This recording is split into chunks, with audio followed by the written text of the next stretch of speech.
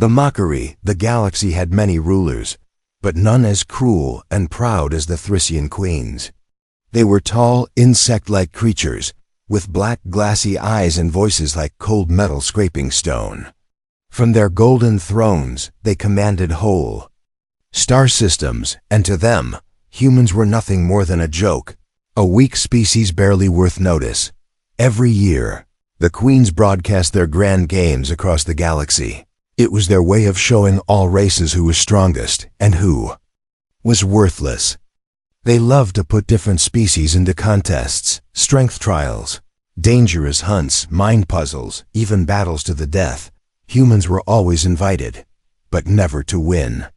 The challenges were made so hard that humans would fail quickly. The queens would laugh, and the rest of the galaxy would laugh with them. In one famous broadcast, a human soldier tried to arm wrestle a Thrissian guard.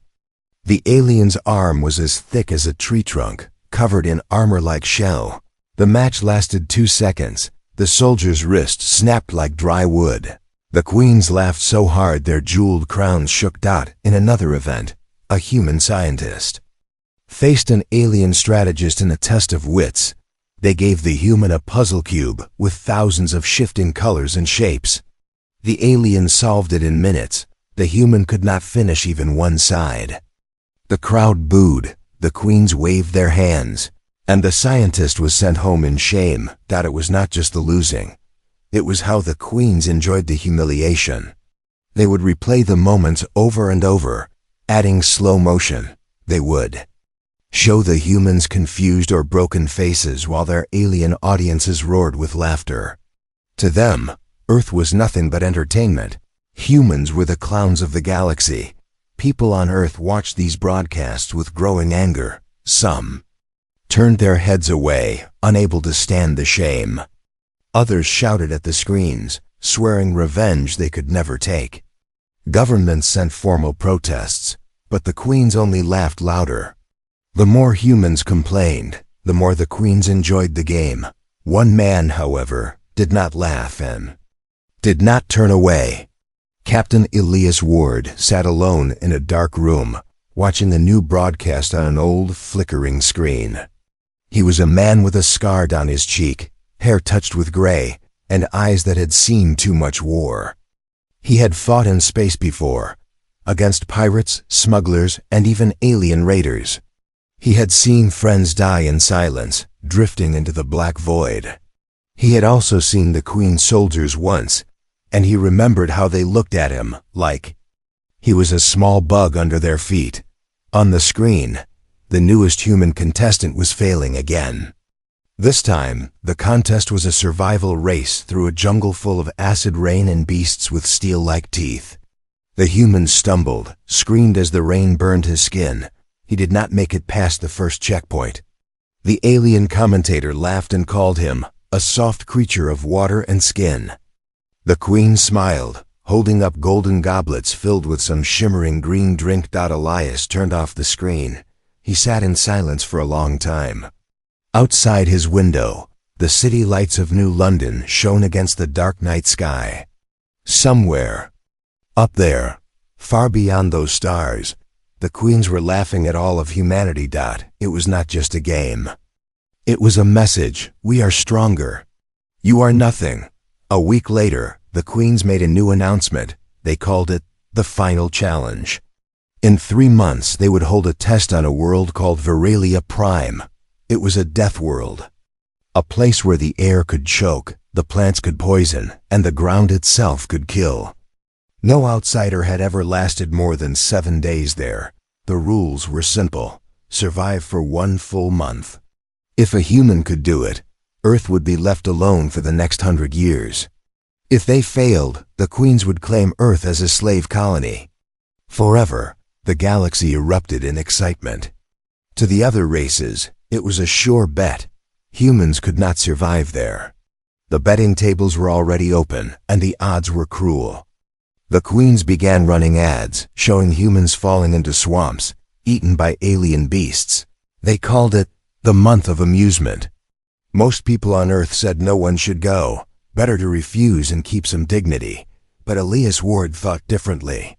He had seen too many friends die for nothing. If the galaxy was going to remember humans, let it be for something more than losing. When the call for volunteers went out, Elias sent only a short message: "I will go." The queens were delighted. They broadcast his photo across the galaxy with the words, "The last human clown." But Elias was no clown, and soon the galaxy would learn why. The challenge when Captain Elias Ward's name was announced as the volunteer. The galaxy reacted with a storm of noise. Alien broadcasters shouted over each other. Betting companies flashed glowing ads promising huge payouts to anyone foolish enough to bet on him. Some called him brave, others called him insane. The Thrissian queens called him entertainment. From the high towers of the alien capital world, the queens gathered in their court.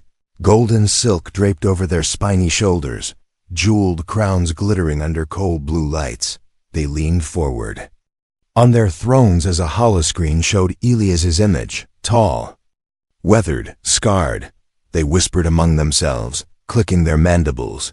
"Look at him," one hissed. "So small, so fragile. Perhaps he will last 2 days," another said. And the room filled with cruel laughter. The details of the final challenge were soon revealed. Veralia Prime was no ordinary world. Its skies were blood red. Its storms carried dust that cut skin like glass. The oceans boiled with poisonous vapors. Even the ground was dangerous. Sudden sinkholes could swallow a man whole. And worst of all, the predators were unlike anything Earth had ever seen. Creatures with 3 rows of jaws, armored hides, and eyes that could see in the dark. The rules were written in simple alien script. Survive 1 month on Veralia Prime without outside help. No weapons from Earth allowed. You may only use what you find. It was meant to be hopeless. To the queens, the game was already over before it began. Elias was summoned to the briefing hall of the Galactic Games Authority, a vast room lined with alien banners, each representing a species that had failed before. A Thrissian official with long needle-like arms spoke in a slow, mocking tone. "You understand, human. No one lasts there. Even your kind's strongest soldiers died in less than a week. But perhaps you will give us a good show before you melt. Burn, or get eaten." Elias didn't answer. He only studied the map on the wall, a swirling 3D hologram of Veralia Prime, mountains sharp as blades, forests so dense no light reached the ground. Wide swamps with glowing green water. Most would have seen death everywhere. Elias saw patterns, high ground, water roots, cover points. He said nothing. But he was already thinking about how to use them. Back on Earth, people gathered in city squares, watching the news on giant screens. Some were proud, others were afraid. Children asked their parents, "Can Captain Ward win?" The parents didn't know what to say. Most of them thought he would die, but none wanted to say it out loud. The day of departure came. A massive silver transport ship waited on the launch pad, guarded by alien soldiers in black armor. The queens were watching from their palace far away. The galaxy's eyes were on one man from a small blue world. As Elias stepped forward, reporters shouted questions. "What's your plan, Captain? Are you afraid?" He didn't stop walking. Only one sentence left his lips. "Fear is a weapon. I don't give it to my enemies." Inside the transport, the air was cold and smelled faintly of metal. Alien guards stared at him with black eyes. One leaned closer and whispered in a language Elias didn't understand. The tone, however, was clear mockery. Elias kept his gaze forward, calm. He had learned long ago in war, silence could be more dangerous than words. As the ship left orbit, Earth became a blue dot behind them. Ahead lay the red storm clouds of Veralia Prime. The closer they came, the more the planet seemed alive. Storms swirling, oceans boiling, lightning cracking across the surface. Even the alien pilot muttered, "It's a cursed place," before sealing his helmet. They landed on a rocky plateau under a burning red sun. The heat was immediate, like stepping into the breath of a furnace. The air shimmered, the ground cracked. Underfoot, In the distance, something moved, large, heavy, and fast. The guards unlocked Elias's restraints and pushed a small bag into his hands. Inside, one water canister, a basic survival knife, and a small locator beacon for emergencies. "Your month begins now," the lead guard said. "Run, if you want the galaxy to see you die later." The transport lifted off, leaving him alone. The roar of its engines faded, replaced by a heavy silence. Then, a sound from the forest. Edge, a low growl, deep and wet, like stone grinding in a throat. Elias turned, gripping the knife. 2 glowing eyes appeared in the shadows. Then 4, then 6. Something was hunting him already. Elias took a slow breath. His heart was steady. He had not come to be hunted. He had come to prove that humans could hunt back. The arrival, the moment the transport ship vanished into the red clouds. Veralia Prime felt alive. The heat pressed against Elias's skin like invisible hands. The wind carried a strange hiss, as if the air itself whispered warnings. The ground under his boots was cracked, black stone, but warm, almost pulsing with heat from below. The glowing eyes in the forest didn't blink. They watched him, unblinking, slowly. The shapes stepped into view, not one creature, but 3. They moved like shadows given teeth, their long legs bending the wrong way, their jaws lined with rows of needle fangs. Their bodies shimmered faintly, blending with the background. Elias realized, camouflage predators. He didn't run. Running would only trigger the chase. Instead, he stepped back slowly, scanning the ground for anything useful. His knife felt small in his hand, but his mind was working fast, he noticed. A cluster of jagged rocks nearby. They were sharp enough to cut flesh if used right. One of the predators lowered its head, muscles tensing. Elias grabbed a rock and hurled it at its face. It wasn't meant to hurt, just to make noise. The rock clanged against another stone, the echo bouncing through the trees. The creatures froze, their heads snapping toward the sound, in that heartbeat of distraction. Elias moved toward a slope on the right. The slope led into a narrow ravine. Here, the air was cooler, and strange plants grew from the walls, thick vines with red thorns that dripped clear liquid. He touched one carefully. The liquid hissed on the rock, leaving a small burn mark. Acidic, he thought, dangerous to him, but maybe useful against something else. The predators followed slower now, cautious. They didn't like the narrow space, too tight for their size. Elias smiled slightly. If they wanted him, they'd have to come one at a time. He broke one of the thorned vines and let the burning liquid drip onto his knife. The metal sizzled, but the blade still held when the first predator lunged. Elias sidestepped and slashed. The creature howled, its leg burning where the acid touched. The other 2 hesitated, then melted back into the shadows. For now he had space. He climbed out of the ravine into a higher clearing. From here, he could see more of Veralia Prime. And it was worse than he imagined. The horizon was jagged with black mountains that bled rivers of glowing lava. Vast swamps shimmered with green light. Storms boiled above the ocean, sending pillars of lightning into the water. Everything here was alive, and everything here wanted to kill. He found a half-buried piece of metal in the dirt, alien-made, smooth, curved, with strange markings. It looked like part of an old ship or machine. Nearby, a broken lens from some scanning device. Elias pocketed both. Experience had taught him, in a survival fight, even useless things could become weapons. As the sun dipped lower, the heat began to fade. But with the cooler air came a new sound. High-pitched clicks and screeches from the forest. Dozens at once. Something else was waking up. Elias needed shelter before night. He spotted a ridge of black stone with an opening at the base. It was a shallow cave, dry and sheltered from the wind. Inside, the floor was scattered with bones, alien bones. Some still had claw marks in them. Elias dragged the remains aside, cleared space, and set a small trap at the entrance using vines, rocks, and the acidic thorns. By nightfall, the sky turned dark purple. The stars above looked unfamiliar, strange constellations. Bright alien moons, somewhere far in that sky. The Thrissian queens were watching the broadcast. They saw him sitting in the cave, sharpening his knife. One queen leaned forward and clicked her mandibles in amusement. "He hides already," she said to her sisters. "This will be short." But Elias wasn't hiding. He was watching, listening, counting the new sounds in the night, marking where each came from, because he knew something the queens didn't. Survival wasn't about being the strongest. It was about learning faster than the thing trying to kill you. And Veralia Prime had just become his classroom. The unexpected ally the second night on Veralia Prime was worse than the first. The jungle didn't sleep. It whispered, hissed, and breathed. Sometimes Elias swore the trees were moving, shifting their roots like slow, patient hunters.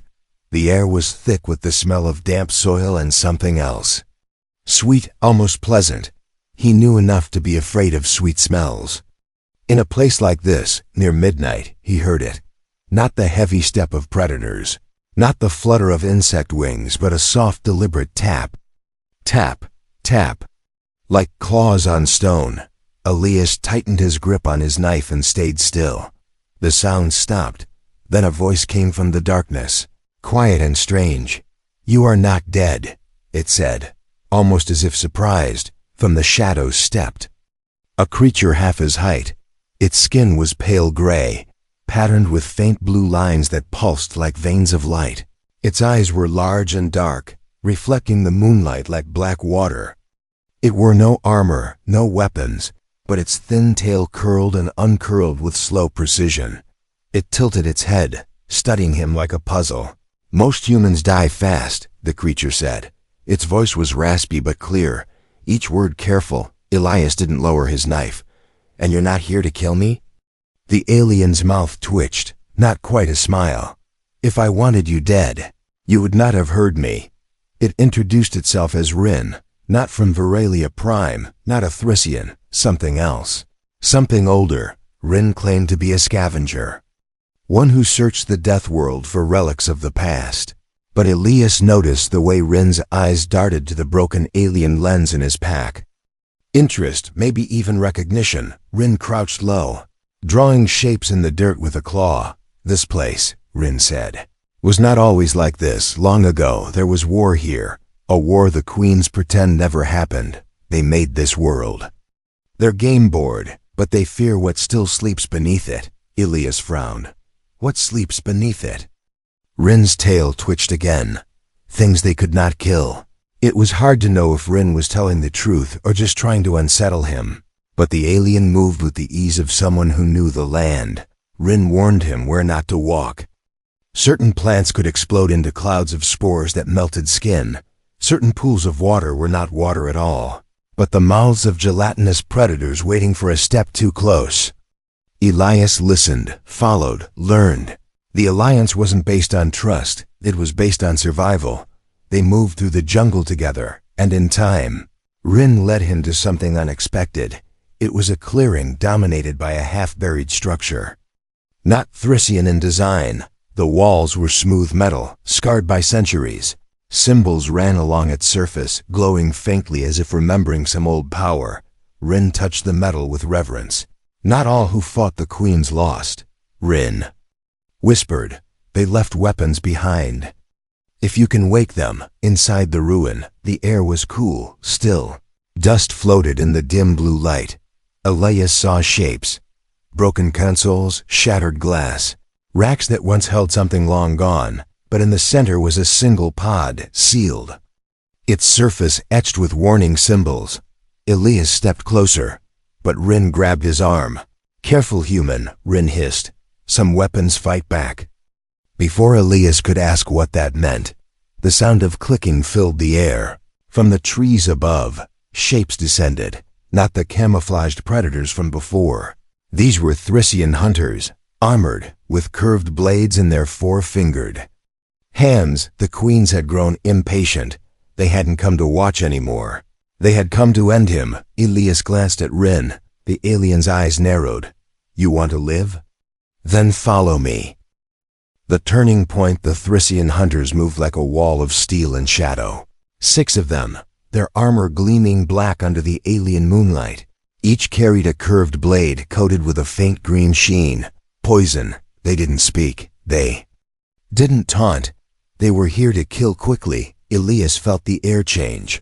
Cooler, heavier, the way it does before a storm. Beside him, Rin didn't blink. Instead, the small alien tapped its claws twice against the ruin wall. A hollow echo came back. Here, Rin whispered. We make our stand. The hunters spread out, their movement too precise to be random. They were trying to box him in. Elias remembered every lesson from war. If the enemy expects you to run, you walk toward them. If they expect you to hide, you make yourself impossible to ignore. He stepped forward, knife in hand. The hunters hesitated, not from fear, but surprise. That heartbeat was enough. Rin darted up the ruin wall, claws digging into the metal from above. Rin yanked down a heavy vine of thorn and acid. It splashed onto the first hunter's arm. The armor hissed, smoking. The alien screeched in rage. Elias used the distraction. He grabbed the alien lens from his pack and slipped it into a slot on the ruin's wall. The metal lit up, symbols pulsing faster. A deep hum rose from beneath the ground. The hunters froze, looking around. The hum became a vibration. The ground itself was waking. From cracks in the soil, thin streams of blue light rose like smoke. The ruin's pod in the center unlocked with a heavy hiss. Inside was no weapon Elias had ever seen. It was a staff, long black, etched with the same glowing lines as the ruin walls. Rin's eyes widened. That is not for. But Elias didn't wait. He grabbed the staff. It was heavier than it looked. And the moment his hands closed around it, the blue light surged up his arms. The nearest hunter charged, blade high. Elias swung the staff. It struck the hunter's chest, and the armor shattered like glass. The alien was thrown back into the trees, unmoving. The other hunters attacked at once. Elias fought like a man possessed, not because the staff made him stronger, but because he had decided he would not give the queens their easy kill. Every strike of the staff left blue scorch marks on armor and flesh. 2 more hunters fell, the others backing away in uncertainty. High above, hidden cameras broadcast every moment across the galaxy. Billions watched in silence.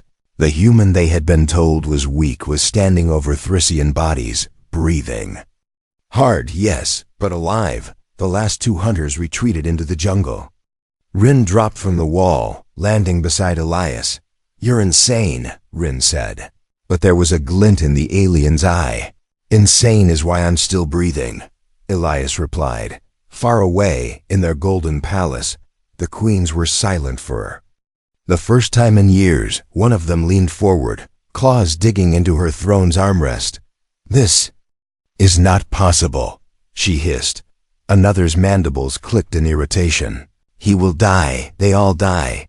But deep down, they knew something had shifted. The human was no longer playing their game. He was rewriting the rules. Elias looked at the glowing staff in his hands. It pulsed like it had a heartbeat. Somewhere in the jungle, the predators howled, not in hunger, but in warning. Rin met his gaze.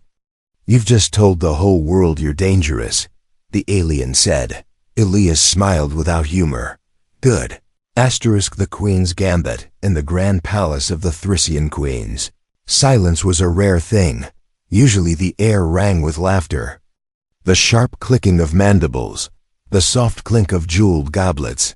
But now the only sound was the deep hum of the galaxy-wide broadcast playing on a wall of crystal screens. On every one of them, the same image, a human, standing over the broken bodies of Thrissian hunters, holding a weapon that was never meant to be in human hands. The eldest queen rose from her throne. Her segmented armor glinted in the cold light. Her eyes narrowed, dark with a rage that pulsed hotter than any sun.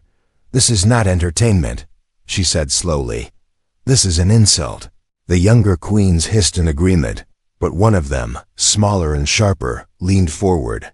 Then, Let us make his death our greatest performance.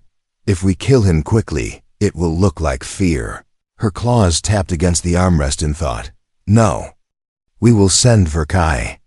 At that name, even the guards shifted uneasily. Verkai was not a soldier.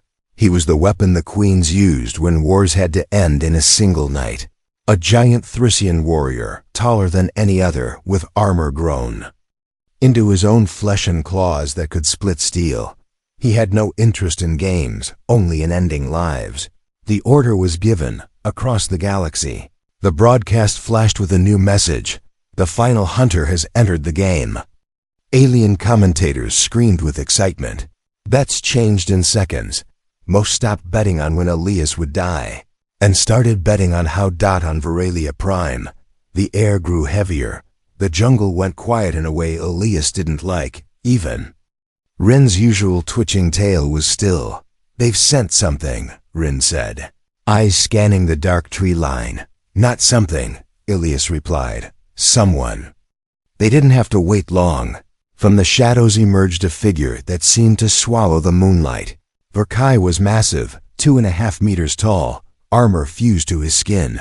One of his eyes glowed red. The other was hidden beneath a scar that ran down his face like a canyon. He carried no blade. He didn't need one. Verkai's voice was a deep rumble. Human, he said, tasting the word like it was bitter. You have been amusing. Now you will be nothing. He moved faster than his size should allow. Elias barely raised the staff in time. The first strike hit like a hammer, sending him skidding back through the dirt. The impact left a dent in the ground where he'd been standing. Verkai didn't give him time to breathe. The second strike came, harder. Elias rolled, feeling the wind of the blow pass where his head had been. Rin darted into the shadows, circling wide. The small alien wasn't running. It was looking for something. Elias just had to stay alive long enough. Verkai was relentless. Every step shook the ground. Every blow cracked stone. The staff glowed brighter with each block. But the shock traveled up Elias's arms. His muscles burned. His breath came. In gasps, still he smiled. You hit hard, Elias said. Verkai tilted his head. I will hit harder. The fight carried them to the edge of a ravine. Below, a river of molten rock glowed orange and gold. One wrong step and there would be nothing left of either of them. Verkai tried to drive him back with a sweeping strike. Elias twisted aside, using the momentum to crack the staff against the warrior's side. The blow made Verkai stumble, but not fall. The giant straightened, almost impressed. Good, he said. Now I don't have to hold back. That was when Rin appeared again. The small alien had something in its hands, a curved shard of ancient metal, glowing faintly. Move! Rin shouted. Elias dove aside as Rin hurled the shard into Verkai's chest. The glow flared. Verkai roared, clawing at the embedded piece. For the first time, he looked uncertain. Elias saw his opening. He charged, driving the staff forward with all his strength. The blue light exploded outward. Verkai staggered, the ground beneath him crumbling. With a final bellow, the giant toppled into the ravine, vanishing into the molten glow below. Far away, the queens stared at the screens in silence. Their champion was gone. Their game was slipping out of their claws. And for the first time in 1,000 years, the galaxy began to wonder if the Thrissian queens could lose. The change of Verkai's fall into the molten river was not just a death, it was a message that traveled faster than light across the galaxy.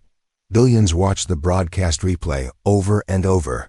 The human who was supposed to die in the first week, the human mocked by the queens themselves, had defeated the undefeatable on Veralia Prime. Elias stood at the ravine's edge. The heat from the molten flow rose around him like the breath of a giant beast. The staff in his hands no longer glowed as bright. It pulsed slowly, like a sleeping heart. Behind him, Rin's voice broke the silence. They will send no more hunters. Elias turned. They don't have any left who want to face me. They began the slow walk back toward the clearing where his challenge had begun. The jungle seemed quieter now, not because the dangers were gone, but But because the land itself had felt the shift, a predator had fallen, and balance had changed. Far above, the Thrissian queens sat in their palace. Their claws tapped the armrests in slow, frustrated rhythm. One finally spoke, her voice cold as frozen stone. "The human lives, we have our law. We cannot take Earth now," another hissed. "For 100 years, the humans will walk free. But when that time ends..." The eldest queen cut her off. "When that time ends, they will be ready for us." The news spread faster than any ship could fly on distant worlds. Alien miners in deep tunnels stopped their work to watch the replay. Prisoners in the mining camps of the queens whispered to each other for the first time in years. In backwater spaceports, smugglers raised drinks in the humans' name. Some races had been slaves to the queens for centuries. Now they wondered if one small act of defiance could grow into something greater. Elias didn't think of any of that as he reached the rocky plateau. He simply looked up at the night sky. The stars were unfamiliar, but they felt closer than before. He knew cameras were still watching. The queens might want him to speak, to beg or to boast. Instead, he said only one thing: "Humanity bows to no one." The words echoed across the galaxy. Some heard them as a threat. Others heard them as a promise. When the extraction ship arrived, the alien pilot wouldn't meet Elias's eyes. Rin stood beside him, tail flicking thoughtfully. "You've changed more than you think," the small alien said. Elias smirked faintly. "I wasn't trying to change anything." Rin shook its head. "That's why it worked." As the ship lifted off, Veralia Prime shrank beneath them. But somewhere in its poisoned jungles and molten rivers, ancient ruins still slept. And in the hearts of countless beings across the stars, something had awakened, far away in the shadows beyond. The Queen's reach. Signals began to move through the hidden networks. Plans whispered, alliances formed. The galaxy was shifting. And at the center of it, a single human with a scarred face and a weapon from another age. Elias Ward had survived, but more than that, he had started something the Queens could not stop. The war for humanity's future had not ended. It had only begun.